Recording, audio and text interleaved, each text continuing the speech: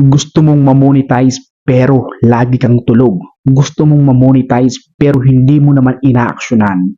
Mga ka-idol, kung gusto mong ma-monetize dito sa personal account, napakadali lang yan ipa-monetize.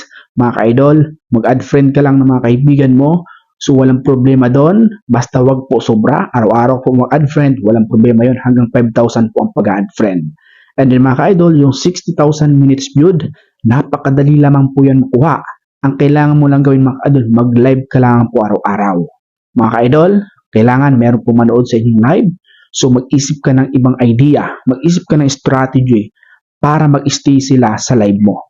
Mga ka-idol, kapag ginawa mo yan twice a day, maniwala ka, wala pang isang buwan, monetize ka na sa iyong personal account. Sa Facebook page mga ka-idol, kailangan nyo po talaga magsimula sa 0 followers. So ibig sabihin, mga ka-idol, wala rin pong problema doon sa mga nakikipag F2F. Mga ka-idol, may problema po dyan kapag sobra-sobra. Kahit naman po mga ka-idol, kumain ka ng sobrang daming kanin, anong pakiramdam? 'Di ba? Hindi maganda sa ating pakiramdam.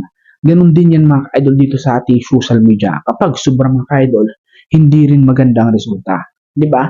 Kaya sa lahat po ng mga gustong ma-monetize sa Facebook page din, so wala pong problema doon. Basta po, dahan-dahan lang. At kailangan mga ka-idol is doon kayo sa mga legit as in active account. Kasi kung puro dami account po yan, hindi po mag-grow ang inyong Facebook account. Okay?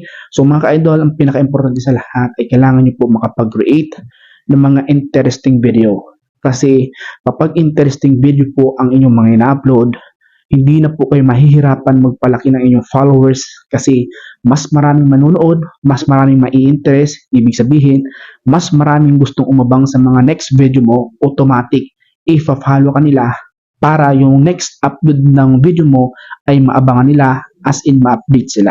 Kaya mga ka-idol, kung gusto mo pa ma-update sa mga video ko dito, i-follow mo na ako para sa mga full guide na i-upload ko dito. Peace!